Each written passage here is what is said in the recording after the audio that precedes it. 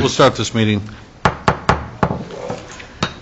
Thank you for joining us tonight. This is we're going to start our Village of the Alsip committee meeting. Today is November 25th, 2019. We'll call this meeting to order at 7:35 p.m. Can you call a roll, please? Yes, Mayor Ryan. Trustee Dalzell? Here. Trustee Zielinski? Here. Trustee Juarez? Here. Trustee McLaughlin? Here. Trustee Murphy? Here. Trustee Nava-Esparza? Here. Mayor Ryan? Here. We have a quorum. Thank you. Please join us for the Pledge of Allegiance.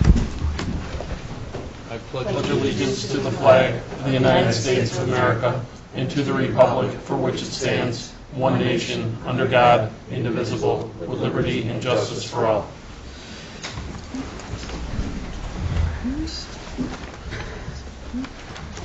Okay. Officers, I'm sorry. Oh, sorry. You got an RFP, right? A bid opening. May I remind all the members of the audience to please silence their cell phones?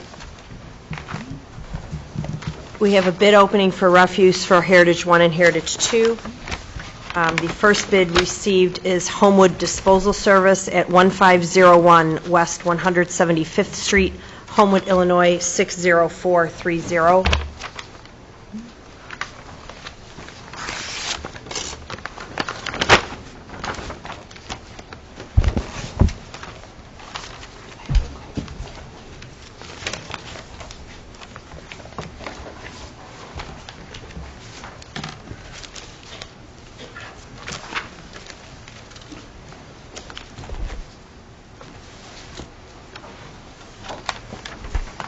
Roger, I'm sorry, Commissioner Early.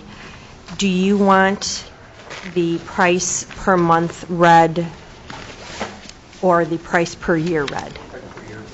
And would you like it for all of the years that they've indicated, but the top three? Okay. Again, Homewood Disposal Service for the year 2020, price for the year is $70,180.20. For year 2021 is $72,987.36, and for 2022 is $906.96.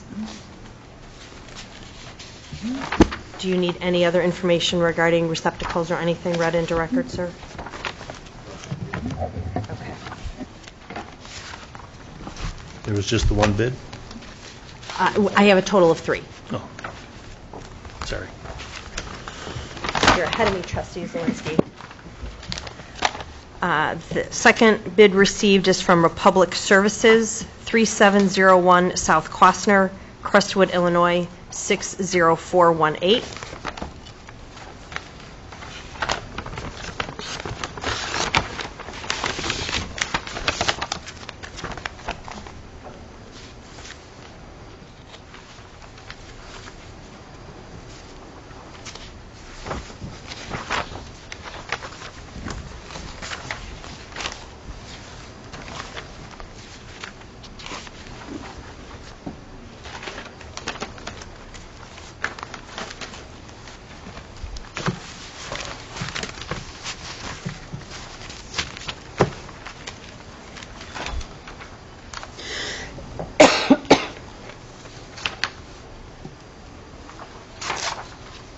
For further clarification, Homewood Disposal's dollar amounts were for both properties. Combined, Republic has given dollar amounts per Heritage. Is that how you'd like those read into record then? That'll be fine. Okay.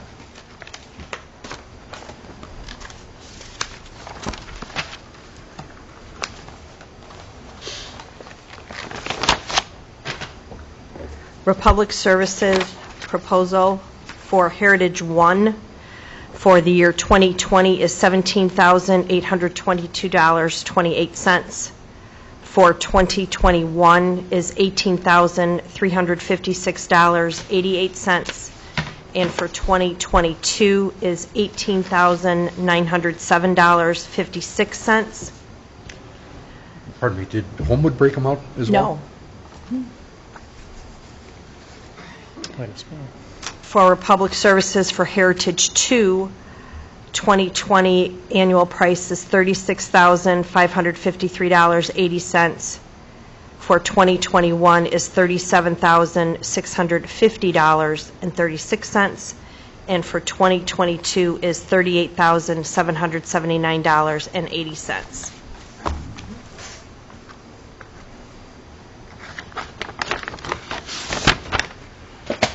And the third proposal received is from Waste Management, 720 East Butterfield Road, Lombard, Illinois, 60148.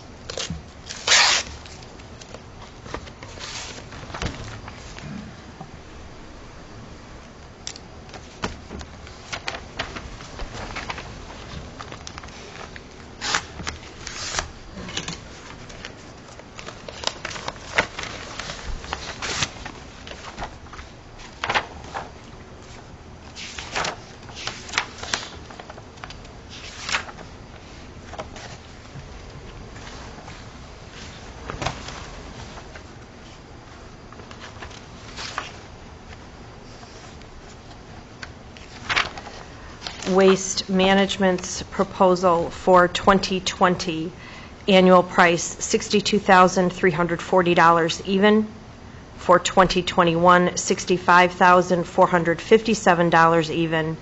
And for 2022, $68,729.88.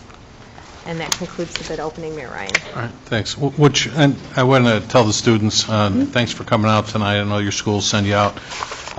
What you're at, this is a committee meeting tonight. We're not going to be voting on anything, but this is discussion of village business that we will be voting on in some cases next week. What the clerk was just reading just now was these were a bid opening for the Heritage 1 and Heritage 2 apartments. The village owns 2 complexes for residents 55 years and older, and there's 512 apartments between the 2 complexes. So this was for garbage removal for, what, 5-year contract, Roger? 5-year with two optional years. 5-year contract with 2 optional years, should we need that. Okay, thank you. Did the RFP indicate that we were going to do each one separately, or is it a combined? I'm not sure, Roger.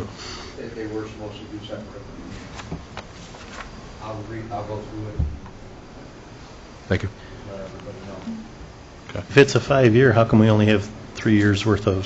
He just wanted to get the first 3 years started, so we had an idea. Yeah. They all had indicated Gotcha. 5 years and then optional prices for additional 2. Thank you, Roger. So officers' reports, starting with mine. I got a notice today, actually, with the holiday season right around the corner. We are preparing for festivities this season. This is the season of giving, and now is a great time to remember those in need. This year, we have the pleasure of serving as one of the top drop-off locations for the Marine Corps Reserve Toys for Tots campaign. If you'd like to support this great cause, bring a new unwrapped toy only to our office located at 1015 South State Street in Lockport, Illinois, and next to the Roxy Theater, Monday through Friday from 8 a.m. till 4 p.m. until December 5th.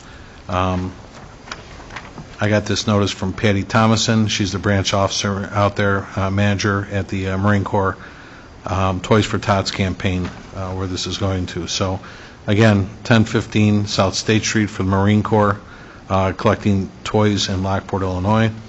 Also, I want to really thank and compliment our Public Works and maintenance staff today. They did a great job. Roger and Becky, everyone, Tom from upstairs came down for a little bit too. They did a great job decorating the village hall today for us and stuff, getting ready for the holiday. And Mike, I saw your guys over here this morning. Nice job by them too, so thank you for doing that today.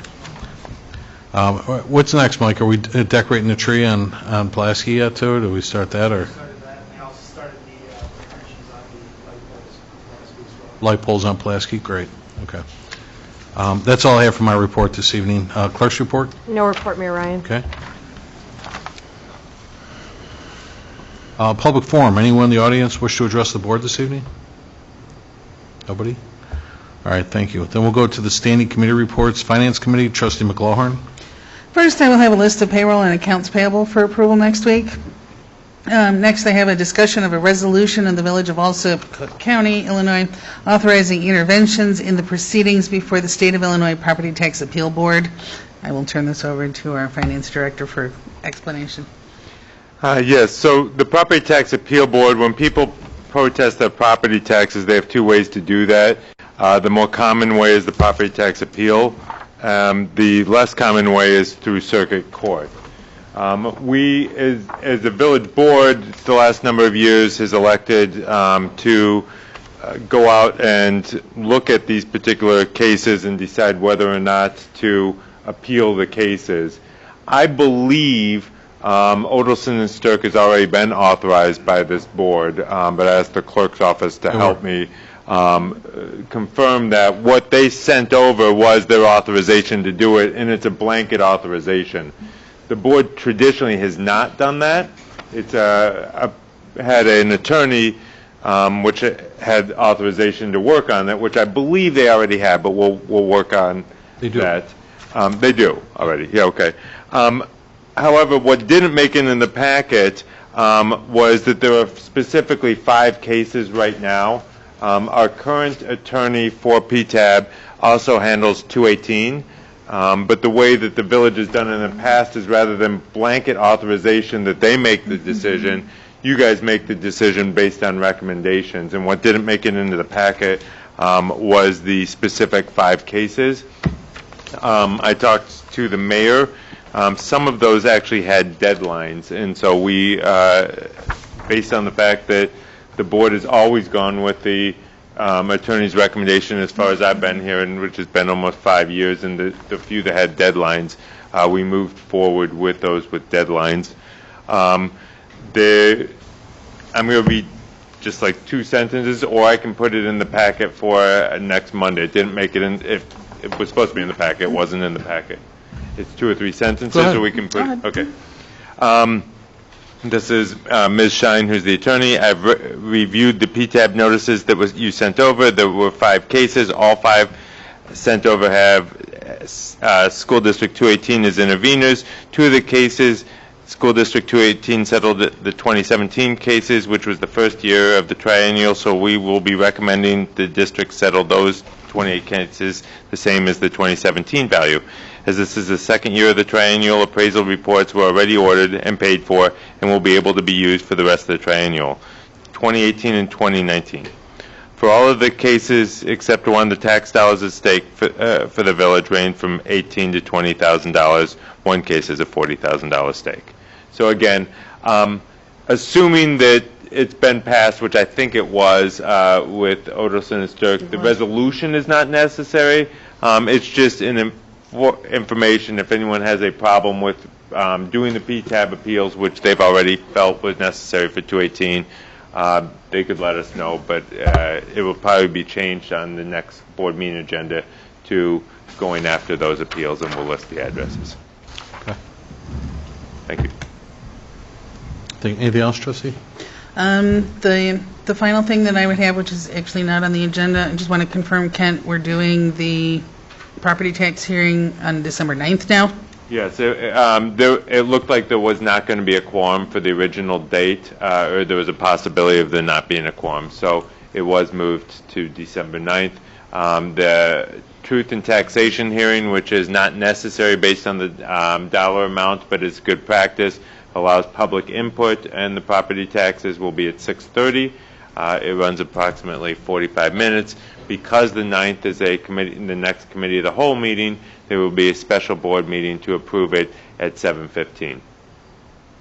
And then followed by the regular committee of the whole at 7:30. It will be just that one agenda item. And you will send notifications to the clerk's office? It was already done last week. Okay. All right, and that's all I have under finance, Mayor. All right. Thank you, Kent.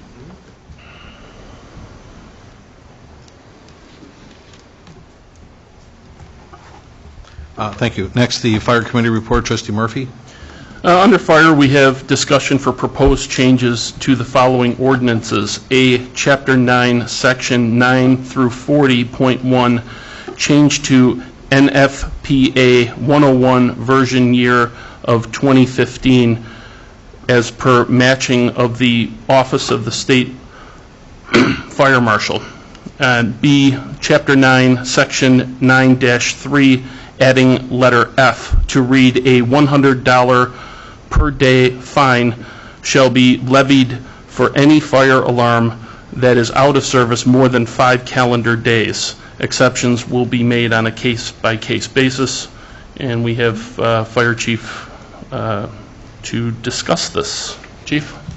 First one, number one, is State Fire Marshal recently adopted the NFPA Life Safety Code 101 effective January 1st, 2020.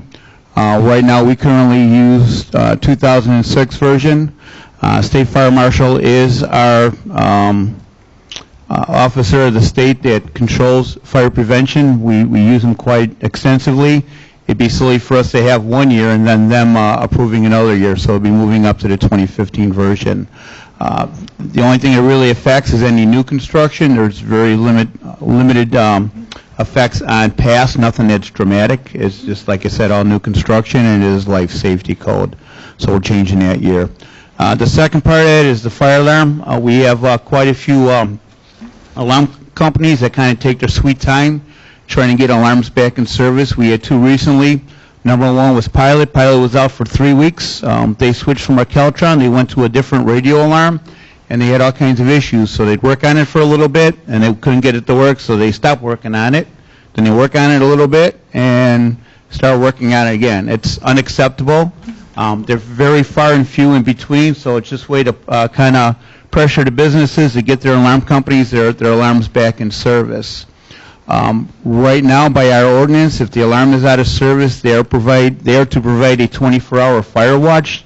That means somebody has to be there for 24 hours, walk the premises. If they see anything, they have to dial 911.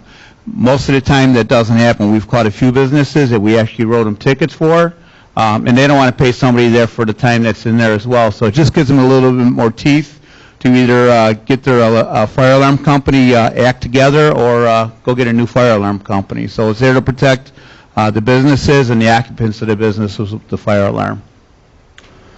It says the exceptions on a case-by-case basis. If it's something that's a component, most components aren't stocked. A lot of it is built to order, so if it's a certain component that has to be built, that would probably be one of the only exceptions. So the exceptions would be done by the fire department? Fire Prevention Bureau, correct, with documentation of why it's taken so long to repair it. I think we got to identify that, because otherwise the ordinance is kind of silent to it, to whom that authority is. And we can address it in the ordinance. That would be added to the language. Yeah, I'd agree with that. We need to be kind of specific on what the exemptions are going to be on. Absolutely. Yeah.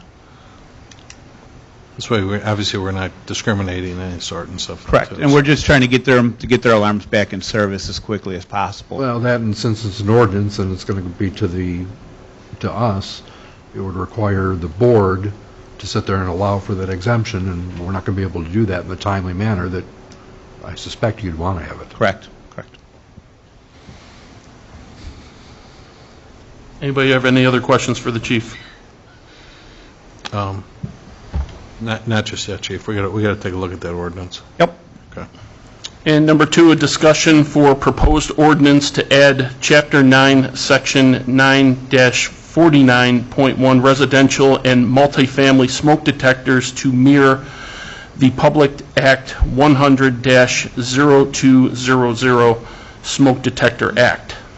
So most recently, the state of Illinois passed the new smoke detector law that requires any smoke detectors now to have the 10-year battery in them. For a couple different reasons is most people don't realize your smoke detector is only good for X amount of years. And the reason being is because they use a small amount of radioactive material that draws in, I guess, the smoke, if you will, that alerts it. All right. The product only has a shelf life of 10 years, if you will, and then the radioactive material is decayed at that point where it doesn't work. Putting all the batteries in the world, your smoke detector, every time you push that test button, it'll still alert. It's just telling you that you have a good battery. It doesn't mean your smoke detector is actually working. So, like I said, most people don't realize because, again, they have them for a long period of time. They put a battery in, it chirps when the battery's dead, it chirps when you push the button. All right. So this will eliminate 2 things. Number one is The detector is only as good as long as that radioactive material that's in there, if you will, as well as the batteries. So you're killing two birds with one stone. You're also not replacing your batteries every 6 months like you're supposed to, not that everybody does all the time, but again, in the long run, it's a cost savings. My proposal is for single-family homes, you have to at least one in the home by December 31st of 2020. Multifamily is December 31st of 2021 because there's a lot more investment with the multifamily and the apartment building owners that they're going to have to outlay up front, so it gives them a little bit of time to be able to do it. There are exemptions, or I should say exceptions, that includes residents that already have some type of private fire alarm system or wired system. So this is strictly for people that just have battery-operated smoke detectors, and all that was part of the handout in the packet with it as well. So a lot of that language will be mirrored for that, if that makes sense. What's the cost on that again, Chief? I think you might have told me. Right now, I think they're about $25 a piece, just for a smoke detector, not for a combination unit, just for a straight-out smoke detector. Okay. And I'm sure as time goes on, like everything is, I'll drop a little bit. Okay, and then we were talking right before the meeting. Go ahead, Trustee Murphy. I just spoke to the chief about an hour before the meeting. You have an employee issue? Right. We have somebody that turned in their resignation today. They're going to be leaving us on December 4th to go to another department. So I do have a request to hire for him. I just got to have the mayor and Trustee Murphy sign it. Obviously, it's going to be on the agenda next week. If I can have a consensus vote, and again, it's just a replacement firefighter, so we can start that processing, especially with the month of December. I'm not going to have a lot of time in the month of December. Everybody's been doing holiday stuff, so the sooner I can start the process, the easier it is for me to get somebody going, and we won't see them hired till after January sometime. So. And just so the board knows too, this was a brand new recruit. He only here 6 months. Correct. He's going back to the department he was with before he came. He had a part-time job. It became full-time. He wanted to go back to his original crew. Right. So there wasn't like a defect or anything like that. He just wanted to go back to the house he came from. Yeah, it's a loyalty thing, and I get it. Right. Just a quick question there, Chief. I think I know the answer, but when you were talking about the fire alarms in the homes, Yes. does the 10-year thing still include like hardwired? No, that's the exempt. That's one of the exceptions is the ones that are hardwired. So they'll be good longer than 10 years? No, they won't be any good. They're not better for the 10 years, but with the ones that are manufactured nowadays really aren't designed for the wired-in ones. They're not out there yet. It's just the strict-out battery-operated ones. There's a lot more variations with the wired ones than there is with just the battery-operated ones. So that's why I'm just looking at the battery-operated ones right now. I was just thinking about my own residence. Best thing to do is take it off the ceiling there, look at the date of manufacture. If it's older than 10 years, I'd say get a new one. Thank you. Anything else, Trustee Murphy? No, sir, that's all we have under fire. Okay. All right, thank you. The police and traffic safety report, Trustee Dalzell. The presentation of the Police Department October 2019 monthly activity report. Also have a request for the approval to hire 2 police officers. The hiring of these 2 officers will bring the department back to full strength. The request for approval to purchase a vehicle to be used for the investigations division at a cost not to exceed $24,000. The purchase has been appropriated for. And request for approval to equip that above vehicle with the basic emergency equipment not to exceed $6,000 utilizing Public Safety Direct, and that purchase is also budgeted for. That's all I have. Okay, thanks. Next, Public Work and Boat Launch, Trustee Juarez. I have a request for approval to purchase 2 Sternberg street light poles from Paramount EO Electrical Supply on Pulaski Avenue in the amount not to exceed $25,620. That's all, Mayor. Okay. Like I'm assuming these are those fancy poles, those street light poles, the black ones? Okay. Next, Sewer and Water Report, Trustee Nava-Esparza. No report, Mayor. I excused Dan Tribin tonight, the Water Commissioner. He did give me a report this afternoon that said that the remediation, I should say, on Pulaski, where we just did that new water main near Jewel, is going along real well. Looks like they're only just, what are they putting on now, Raj? They're actually getting sod out there now, then, too, right? Dropping some grass seed, and then they'll start putting the covering over it. And they did all the concrete the other day, too? Cleaning the concrete, yes. Okay, sounds good. Yeah, they did that pretty quick. Aries Plumbing did that, so, Okay, thank you. thanks. Next, Building and Health, Trustee Zelinski. No report this evening, Mayor? Okay. Human Resource and Insurance, Trustee Murphy.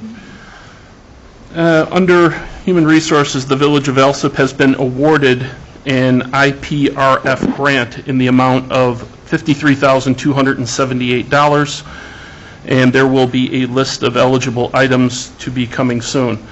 To reiterate on that, this is the safety grant money that comes back to the village through insurance. In 2017, it was about $37,000 and change. 2018 was about $37,000, and 2019 was $38.7. And so this year was a significant increase, and we're linking that to to having a better year. You know, Not as as far many as- claims. Yeah, Right. not as many claims is right. So, and that's all I have under insurance. All right, thanks. Next, the Special Committee Reports, Economic Development, Trustee Nava-Esparza. Thank you. I just have some updates of things that I've just been working on. Last Friday, I attended the Illinois Latino Legislative Caucus Foundation, and the theme of the conference was a framework for equity. About 20 students received scholarships for higher education. Congressman Chuy Garcia delivered a keynote luncheon speech. And a lot of the panel sessions were focused on the census and also in regards to inclusion. So, you know, trying to get everyone to get counted. I'm in contact with Berenice Alvarez. She also works with the census and trying to distribute materials in Spanish for communities that have Hispanic residents and so forth. So I hope to share with your office, Mayor, any resources that she gives to me to distribute or to post on the website. Also, I've been trying to connect with other organizations to try to put Alsip, you know, in their radar in the event that other businesses might be interested in opening in the southwest suburbs to, you know, put us on the map. I have pending meetings after the new year, again, because of the holiday season. It's kind of hard to schedule anything. One of them is with Acción Chicago. And then also November 30th is a Shop Small campaign, which was launched by American Express that I mentioned in a previous committee meeting, and it's entering its 10th year. A lot of local Chamber of Commerces are launching campaigns with this in mind and so forth, again, to shop small, and about every dollar that's spent, based on a stat that they posted on their website, 67 cents comes back to the community. So support your small business. Before you kick off the holiday season, before you go on Amazon, consider shopping local here in Alsip. And that's all I have this evening. Very good. I did carbon copy on an email I did right before tonight's Yes. meeting. And we've got Attorney Joe Kankar working on a redevelopment agreement for the Firewater Barbecue and Brew on Pulaski down there too. So Yes. that's going to be a great venture on that side, and there's going to be some additional businesses coming in with him too as well too. So looking forward to that. Next, Village Properties, Trustee McGlohan. Okay, what I have here is actually the same item that was on for the last committee meeting. However, I failed to get it on for the board meeting agenda for approval. But the topic is discussion regarding smoking of cannabis at the heritage complexes and authorization for the village attorney to develop language for incorporation into the standard lease agreements and/or a rider to the lease agreement to be implemented as of January 1st when we have the new leases go into effect. And the suggested potential language be along the lines of the tenant shall not and shall not permit anyone to smoke or cultivate cannabis or any other federally prohibited substance in any part of the premises, the common areas, or the property of which they form a part. And it's particularly one of the biggest things, especially with the heritage complexes, and one of the things that was mentioned in our hearing before this meeting is cannabis is still prohibited federally. And because of that, any organization, whether it be schools, governments, anybody who gets federal funding, needs to abide by the federal law which says cannabis is not legal. So all we're doing with this is basically adhering to the federal law. Does anybody have any questions on that? No. Gary, do you see anything with that? No, we'll look into it. I mean, you're talking about for leases going forward, not, you can't change the existing lease, can you? Correct. Well, right now, After January 1st. right, but I didn't say, because right now recreational cannabis is not allowed anyway. And So- we were of the impression we were just going to use like a rider, basically with these new leases, to incorporate that language. That's fine. All And right, I thank you. just want to point out, though, that we do still want to, correct me if I'm wrong, Raj, enforce this as well in terms of medical as well, because, I mean, in all honesty, I mean, the residents in general do not want to deal with the smell of smoking. However, medical allows for, whether it be gummies, edibles, vaping, Any sort of ingestibles. and, right, so we would not be in violation of the Medical Cannabis Act by enforcing this language. So you would allow edibles? We would We allow would edibles. allow edibles, but For not, medical purposes. For anybody who has a medical card, they could partake. You're saying it's allowing vaping as well? I Or would, medical. I would say prohibited on vaping. You would still have the smell with vaping, would you not? Okay. Well, that's why So we I'm can- questioning it, because she just Yeah. said vaping, so. Okay, that can be part of it as well. Can you control that, Gary, on a medical aspect? No. I didn't think so. It's going to be tough. Well, you know what, it's your property. You could enforce the lease, yes. In the rider, what we could do is, first one, hey, don't do it. Second one, $500 fine. Third one, you get tossed out. Something along those lines so that it would be prohibitive. We did take a poll. Most of the people do not want to smell that. They don't have a problem with the ingestibles, but they do have a problem with having to deal with it. A lot of them have asthma, a lot of them have breathing issues. As they get older, it's a senior living, it's 55 and older. As we all know, they don't want to smell it. I'd just like to find out the legality of it on the medical side. And obviously, we're speaking as landlords here then, too. Correct. So.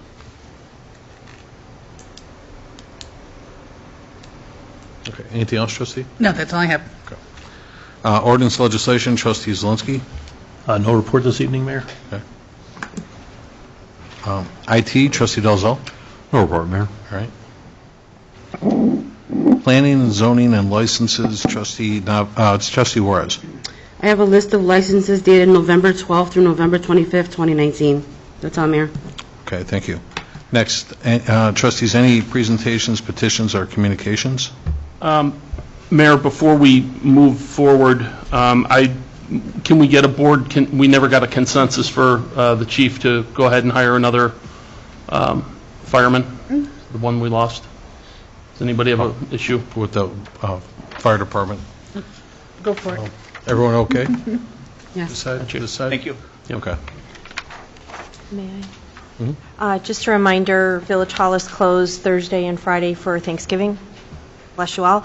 Also, the draft agenda will be coming out tomorrow, and the agenda and board packet will be coming out on Wednesday. So please make sure to copy Tiffany in the clerk's office, as Erica is on vacation, and myself as well. Thank you, Mayor Ryan. Okay, thanks. Also, I want to remind everybody, a week from Friday is our annual event, Holiday on Pulaski. This will be Friday, December 6th. Becky got some great signs. We're going to be putting up yard signs all over. We picked them up today. And those were actually, those were donated, right, Becky, you were saying, from the Fine Print. He's the guy next to Dunkin' Donut on Pulaski, William. Some nice-looking signs. This year's theme is, what, Toy Story? And it got some great-looking signs, so we'll be putting those up this week. And please, This event goes from 5:30 till 9 o'clock on Friday the 6th, and we're going to start off at Veteran Plaza with, which band? Prairie Junior High? Prairie Junior High at the tree lighting. Usually have carolers out there and so forth, Santa Claus, so looking forward to that. And then trustees and everyone in the audience, next Monday night is December 2nd, and we'll have our annual tree lighting ceremony here in the Village Hall at 6:30 p.m. It's 6 o'clock? Okay, 6 p.m. And again, we invite all the Girl Scouts. Are they coming out then too? Okay, and then Santa will be here and so forth as well then too. So again, a nice affair to start the season, so please join us next Monday night at 6 p.m. Okay, so next on the agenda, we had unfinished business, discussion of a previous board's decision to enlist Ansel Glink as legislative counsel, former trustees Sheila McGrail and Michael Pierce will answer any questions from the current board. Mayor, I would like to be recognized first before they come up, please. Sure. Okay. I want to personally address some of the discussion that took place last week in regards to legislative counsel. Okay. Mayor, I would like to read this uninterrupted, and I'm willing to answer any of the trustees' questions after I have finished. Last Monday night, Attorney Michael Kinkar said he was lost as to why legislative counsel was invoked after his nephew didn't, and I quote, butt in, after the mayor gavelled me. He stated there are ways to appeal the chair's decision on when someone can talk. Let's be perfectly clear here. Mr. Kinkar obviously did not watch the video of the meeting that Joseph Kinkar attended as village counsel, as my questions came during the voting process, not during a personal commentary, not during new business, and not during old business. There was a motion on the table to hire a new insurance vendor and a second. In fact, by parliamentary procedure, also known as Robert's Rule of Order, which the mayor states needs to be followed, and I quote, needs to be policed by ourselves. After a motion and a second, the next step is discussion prior to the vote. The mayor stopped my right to ask questions. If we are to police ourselves, why didn't the senior trustees of this board address it? My questions towards the mayor were to point out a potential conflict of interest that perhaps the rest of the board weren't aware of. But certainly investigative journalists have pointed it out in the Chicago Sun-Times. At this point, it doesn't matter. This board voted to approve the vendor without me asking the rest of my questions I had that night, including, why were we going against decades of precedents on this board where we would go out for bids on these services? I would like to point out that in a FOIA email, the answer to this question was given by Andrew Madigan. Andrew Madigan advised the mayor that we could call it professional services and avoid going out to bid. How is this not troubling to this board of trustees? Let me state that it is also troubling to read in the newspaper that our mayor has admitted that the FBI has contacted him even though he says it is an informative meeting. I have not been part of any discussions nor seen any memos or emails detailing the substance of this meeting. Was our village attorney present at this meeting? Perhaps some of you other trustees have gotten a recap from the mayor. Where is the transparency? Where is the work product and attorney notes? Can you see why I would be asking these questions? As far as attorney's fees, I wouldn't agree more. They are a huge part of our budget. However, Ms. Nava Esparza, do you know how many attorney groups represent this village? I'll let you know that. We have 5. Did you know we have spent over $276,000 in the past 12 months? I calculated this based on the accounts payable notes given every 2 weeks by the finance director. Of course, some of this is for village council retainers, prosecutors, economic development, and such, but how much of it is for advice and counsel? Have you requested a final product for any of this, or have you approved them based on the details of the invoice? If you have approved them based on the invoice details, why are you asking for attorney notes from Legislative Council. Mayor Ryan has probably declared in several settings that it was he that personally pushed for Legislative Council in 2011. His exact words were, and I quote, "Due to the lack of communication from former Mayor Kitching and the feeling that the Village Council of Robin Schwartz was only working for the mayor, 5 of us trustees exercised our rights to hire a Legislative Council. Mayor Ryan has stated that he has asked for a bill from the Kankar Law Group, but they will not bill him. I am only going to point out that Mayor Ryan appointed the Kankar Law Group as Village Council when he was sworn in as mayor. I have one final question. What is different about then Trustee John Ryan and my own current role as trustee? Is my role as a trustee diminished in some way compared to his? Is my role, former Mayor Kitching former Mayor Kitching vetoed this ordinance, and the Board of Trustees, including you, Trustee Dozell, voted to override it as you felt Legislative Council was important, the same way I feel it is important now. I should not be silenced in my role, and I hope that my peers on this board will respect my trustee prerogative the same way I respect yours." It's unnecessary. We don't do that in meeting. Thank you. Also, I have one more note. We have never had an attorney here for a committee meeting, so is this attorney here for free? Is he here on a free basis? No. I was here for the public hearing. Right. So are we paying for him to be here? Yes. Okay. If I could, I also have a few notes here. I'd like to point out that we do have former trustees Sheila McGreal and Mike Pierce here to answer any questions after I give this. As of October 2011, October 3rd, Trustee John Ryan, under new business, proposed the Legislative Council from Lewis Kankar.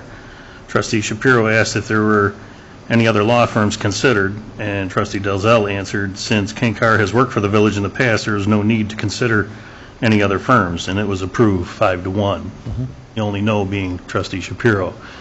That sort of goes against what we've been saying all along about going out for bid for services. Those are professional services. Much like the same question she just asked about, like an insurance agent, that's professional services don't require, unless there's an RFP that's necessary, otherwise you're soliciting professional services. So the wording in the newspaper and so forth is taken out of context to say that you're having, those numbers for the Blue Cross Blue Shield insurance are fixed numbers by Blue Cross Blue Shield with commissions built in. I wasn't talking about insurance. I was talking about when we had conversation about entering into an agreement with the Kankar Law Firm when we were first seated. Right. We never went out to bid for that. We just were told, well, this is the firm that we're getting, and we pretty much agreed with it. So how come, after all the... Well, that's what I just said. It's, you don't, like, you can bring in 10 attorneys, you're going to get 10 different pricing, I guess, but you don't shop attorneys by price. You shop them by their professional candor, what they, who they are and who you believe will represent you best. And the same thing with insurance companies. That's what I was saying. But we didn't shop, did we? Why would you shop? There's a big phone book. You can call 100 different attorneys. Where would that list stop? We actually identified a good firm, and the board majority agreed with my appointment and advice and consent. The board agreed to contract with that firm. It just seems to me that when you have, it depends on how it, I guess, suits you, because we go out to bid for certain things when we don't think it's necessary, but you do, and then we don't go out to bid for certain things because you don't think we should. And we're sort of stuck with that as well. Anything that requires an actual hard price, you have to go out to an RFP.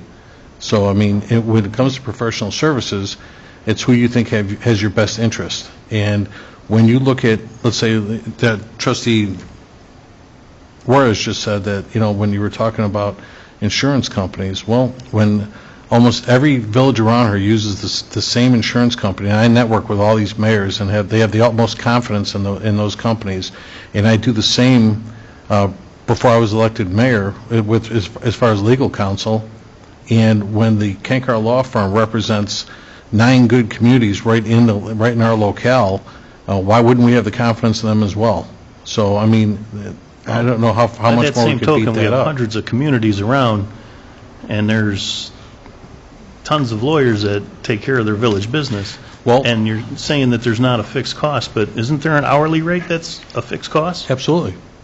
But it's, like I said, you know, it's a matter of who do you think has your best interest, and that's who we believe did. Now, here we're a little over 2 years into it, and, you know, to second guess a decision from them, I don't think is prudent, you know. And then as far as, what else did I have on here? As far as the,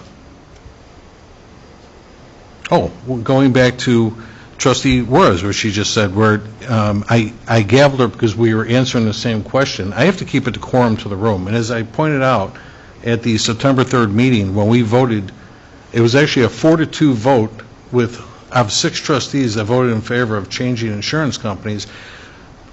Parliamentary procedure says at a board meeting that you ask a question of the chair. That's parliamentary procedure. It's not blurting out or accusing the mayor and board of I didn't get to my question yet before you legal gavelled me. campaign contributions. Pardon? I didn't get to my question yet before you had gavelled me. No, you had already said that. That's why I did. I need to keep a certain decorum to the room. And as I pointed out to the board last week, or was that last week? Yeah, when we were talking about this, is that the board polices itself. If you wish to appeal the decision of the chair, if you disagree with something that I say, we can stop, and you can ask the clerk to take a roll call vote and see if what I said is sustained. If everyone agrees that what I said is fine, great. If you disagree, then we have to reconsider what you said, and we go back to that. That's what's done. The attorney doesn't sit here and basically he could see 6-10 things that go wrong at a meeting. He's not going to say, stop, you just did this wrong, stop, you just did that. I mean, certainly you wouldn't have any friends by the end of the meeting, but more importantly... We're not here for friends. I We're here get to it. do the More right importantly, thing, professionally, and you gaveling me was not the right thing. He's not here to... Because my job is to keep the decorum of the room. We keep this a professional atmosphere, and we speak to the issues. And when you address anyone in a board scenario, it's a question to the chair. It's not an unfounded attack on the other trustees and so forth. Then too. Okay, if I can continue then. Yeah, go ahead. Thank you. And then in March of 2017. Mayor Ryan at the Library Candidate Forum touted that he was the one that pushed for and ultimately got approval of an ordinance creating legislative council. And this goes to go by what we've been saying for the last couple of weeks. The reason for the ordinance was that some members of the village board did not have access to the village attorney and felt that they were not getting the needed legal advice as the attorney was only listening to the mayor. Fast forward to the August 28th, 2017 committee meeting, after repeated requests from the trustees for Mayor Ryan to make his required department head appointments with the advice and consent of the village trustees, and no action was taken, and the lack of access to the village attorney, for which Mayor Ryan admitted that he slowed down a request from a trustee for clarification of the village ordinance due to it coming from only one trustee, even though 4 trustees were asking the questions. 4 trustees had a single person ask the question of the attorney in order not to call a closed session, nor to violate the Illinois Open Meetings Act by conferencing the attorney as a group. Trustee Dalzell said he believed that in legislative council, but didn't understand the current need, and his only concern was whether or not to vote on it that day. He said he thought that Ansel Glink was a good law firm and that Trustee McGreal was prudent in her research. It was also agreed that Trustee Dalzell and Trustee Pierce would solicit other law firms as potential counsel. Legislative Council approved on September 5th, 2017 board meeting at the 53-minute mark on the video. Trustee Dalzell said he appreciates the Legislative Council as it has served its purpose in the past and was not opposed to it, except he wanted more quotes. Trustee Dalzell stated he reached out to other firms but could not get a response. Trustee Pierce stated he had a discussion with Klein, Thorpe, and Jenkins, and they would not work for free, as the mayor stated was a deciding factor when he had chosen the Kankar law firm. Trustee Pierce asked the mayor how he got the law firm, as well known as the Kankar, to work for free, and Trustee Pierce said he was simply he wasn't implying anything, but it seemed strange.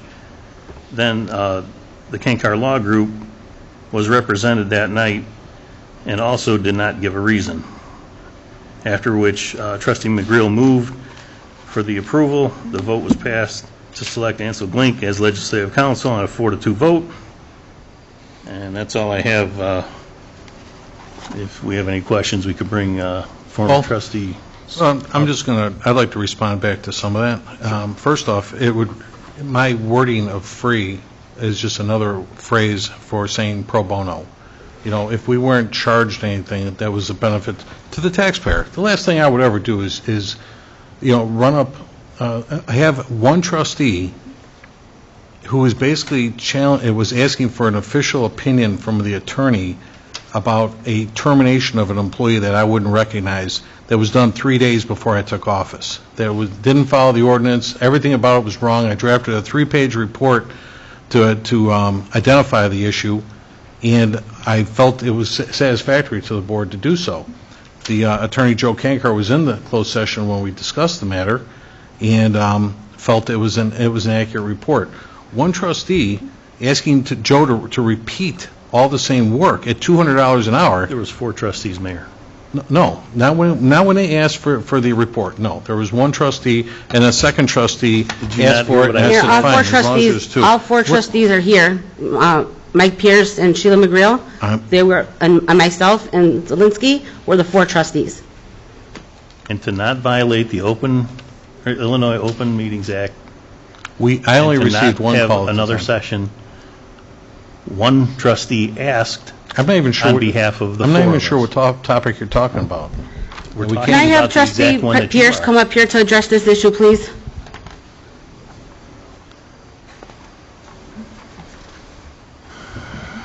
Trustee, I can ask you too. Did you put this on the agenda tonight? Yes, sir. Okay. Mike, how are you? It's been a while. You're on the wrong side there, dude. It's the wrong side. I'm this short, actually.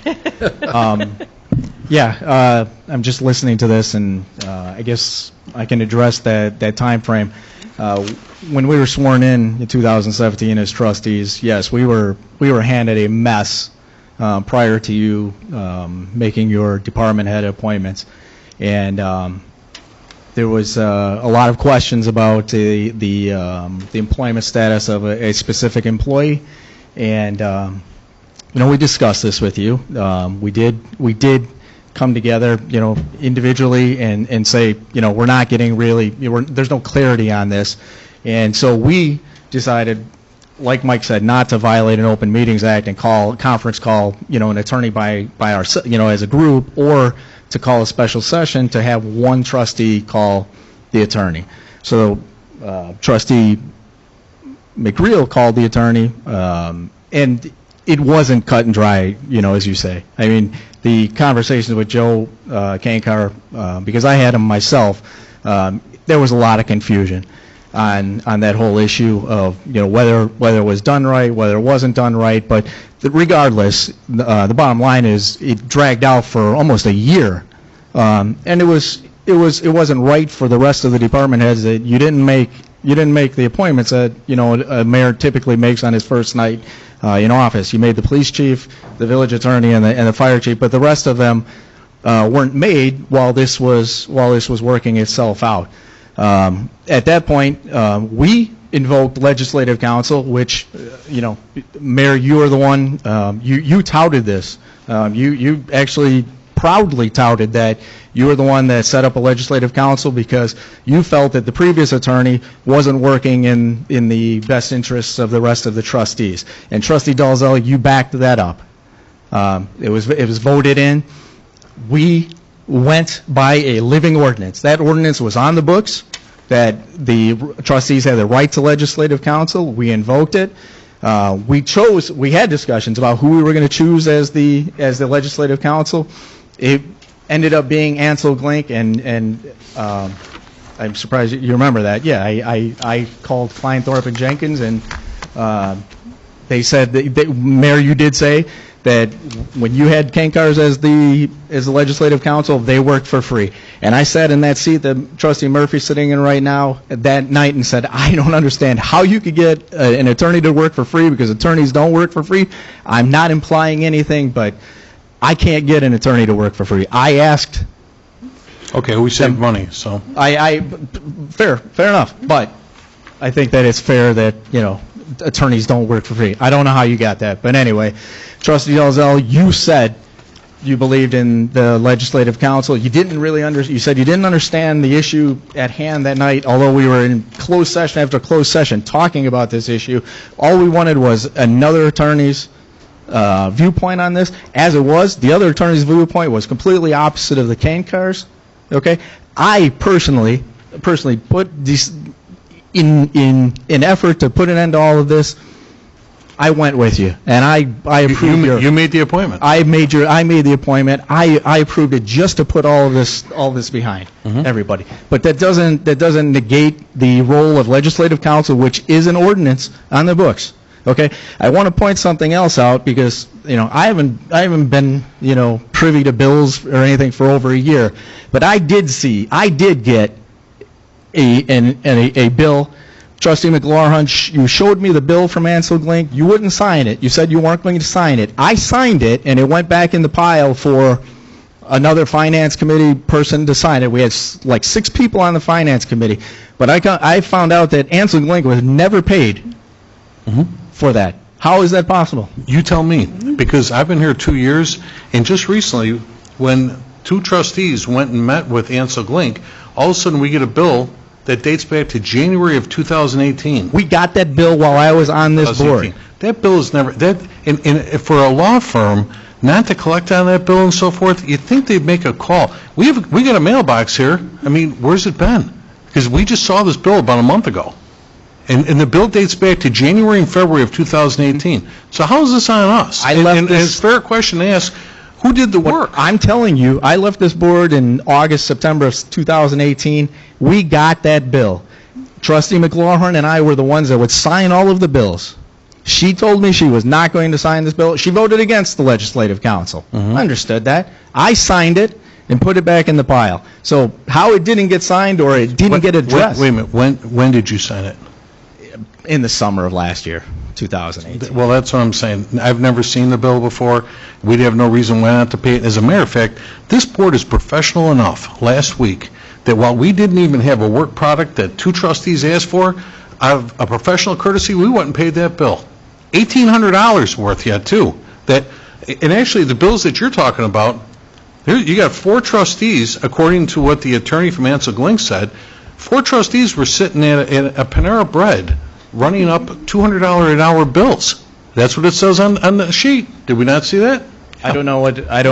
And I don't understand what. I mean, and the attorney couldn't. I'm just a resident, so I don't know. I don't know what a work product is, but I've never heard that term before, and I mean, I don't think that I ever requested a work product for any attorney's work. Your attorney from Ansel Glink said that she was at a Panera Bread and couldn't recall all the trustees' names except for Trustee McGrail. And yet we're getting a bill, the taxpayers are getting a bill to pay, for those services. And then just recently, they did it again, and they had another 3 hours worth of work there. So it's $1,800 overall. Well, I think that what we're asking for is, where's the documents? I don't know that, I mean, there was no documents given to the group of trustees, but I think that if you go back and look at the meetings, you can see where the 4 trustees said, hey, and there weren't 4 of us there, because that would be a violation. She said they were. She said she talked to you 2 at a time. 2 at a time. Okay, right. 2 at a time. But you're at a Panera Bread. Okay, but not 4 sitting in a setting, because that is a violation of Illinois Open Meetings Act. Right. That did not happen. But regardless, when it came time to address this and vote on your appointments, we discussed what we discussed with the attorney. We discussed what that attorney, legislative counsel, felt about that. So I don't know if that's not a work product. I don't know what is. No. I don't know. I mean, if I can just entertain you for a second, sir. I've never seen you before. I apologize. I don't know your name, but this is Gary Perlman with the Kankar Law Firm. Mr. Perlman, it's nice to meet you. Do you regularly ask for your notes and work? It's usually an itemization of what work was done. Isn't that on the invoices? Yes, it is. The I don't have it right in front of me, but the itemization that she put. No, she basically surmised what was done. It's always on the invoices, because the invoice that I got, Trustee McLaurin, from Ansel Glink, that you wouldn't sign, had an itemization of the meetings, the dates, and everything on it. I signed that invoice. So I'm asking you, is that not a work product, Mr. Perlman? The note or the things on the invoice? Because I remember signing all sorts of attorney bills for Kankar and everything, and it's services rendered this date, services this date. There could be 3 pages of them. Yeah. Right. So isn't that the work product? Go ahead, trustees. You were asking about it before them too. No, Trustee Dalzell, you were asking about work product. Yeah. All I was doing is that to avoid duplication of efforts, is I had asked before if during the conversation with that law firm, and to Monica's point, I've never been against legislative counsel, nor have I been against anyone sitting there and making use of it. All I'm saying is that if the municipality is paying for the service because there's a question that was asked, do we have documentation of what that question is, what the response is, so that a year from now, 2 years from now, 10 years from now, should that same example come up, that we could make reference to it to avoid coming up with another $1,800 bill. That's all. That's it. And I guess to you, I mean, outside of the notes that I probably have in my notebook, I don't have any documentation other than the video and audio recording of the notes of me explaining my position at the board meeting on those issues. Which speaks to the issue of back then, but there's been now 2 or 3 other instances, I don't know, of meetings? No, there's only been one, and it was by phone. The first bill that's up there, the $1,200, that was the one from 2 years ago, and that was because when we were seated, we were hit with, what was put in our lap was a particular employee that was considered terminated by the previous administration. And we were looking for more clarity on the ordinances about the mayor's appointments. That was the first bill from 2 years ago. This second thing that just came up recently had absolutely nothing to do with the first bill. Okay? The second bill that came in, we were contacted by the clerk's office and told... We who? We, I believe, all of the trustees. May I? Yes, you may. All the members of the board, all the trustees, Mayor Ryan, all the department heads received a Foia request.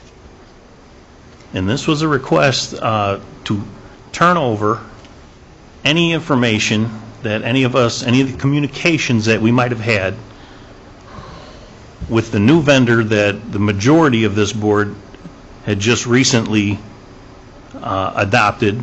It was the Safe Speed Red Light Camera Company.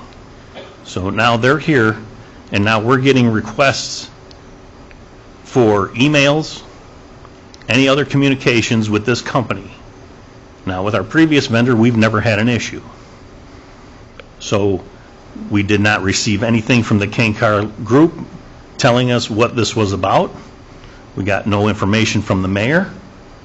So how are we supposed to react to this if you have FBI coming up to the village? What does my office have to do with a FOIA? No, I thought your office might communicate why we're going through this. I respond the same way you do. When she sends me a request, I've got no But then we reference to see that. in the Boy, newspaper. I wish I did. Then we see in the newspaper that you have had conversations with. Yeah, just personal conversation. And nothing to do with the village. Right.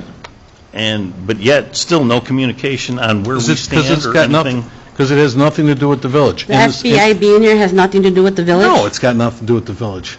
And the other thing, because otherwise they'd be here. And more importantly, is, even I'm just going to leave it as, if anything village-related, then I'd have to share with the village, but it's nothing village-related. Okay?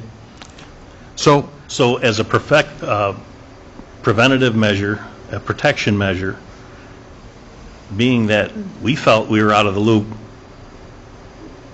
we enacted we invoked the Ansel Link legislative, and we forwarded the information that we had up to that point, just in case this did turn into something that. Well, I tell you, just in case is $200 an hour, and just in case is, FOIA has got nothing to do with legislative work. Well, I think that $600 was well spent, considering over the last 2 years we have over $700,000 in legal fees. We don't even have a contract with that company. Nothing. Yeah. Well, the work, Mr. Pierce, that you're referring to, when we talk about a work product, we're looking to see what something that might have got done. Back in January of 18, the attorney claimed that they attended meetings with the trustees to discuss various pending issues and follow up, review it with a village code. That doesn't tell you a whole lot. And then the next meeting, continue review of village code and review state statute regarding appointments, holdovers, offices, outline guidelines for appointments, and follow up the same, and public comment rules. Where's the answer? I mean, this is just a vague summary of a conversation that she had with somebody, and that was 4 hours worth of work, $800. And then you folks, the month after, in February of 18, called the trustee regarding appointment issues and began review of the same. And then a few days later, analyzed the statute, attorney opinion, and various other documents in connection with appointment questions, follow up with trustee, and discuss the attorney general's opinion on a temporary appointment.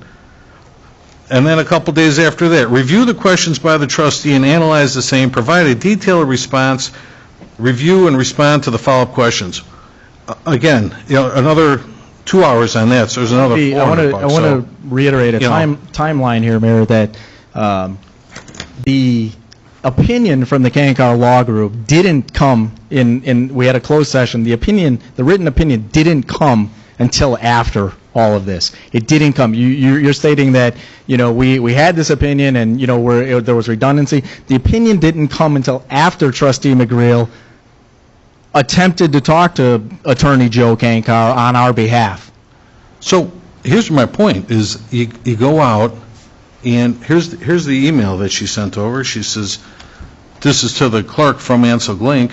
I have checked my files on the work we did almost 2 years ago for the Village of Alsip as Legislative Counsel. As many of you know, Ansel Link was formally approved by the majority of the Board trustees in September 2017 to serve as Legislative Counsel. My primary contact for this relationship was Trustee McGreal, who also forwarded to me questions raised by Trustee Zielinski about appointments and other legislative issues. I met with Trustee McGreal and the other trustees in January of 18, held separate meetings at the same location as to not violate the Open Meeting Act, and I have a calendar appointment for the meeting that took place at Panera Bread in Oak Lawn.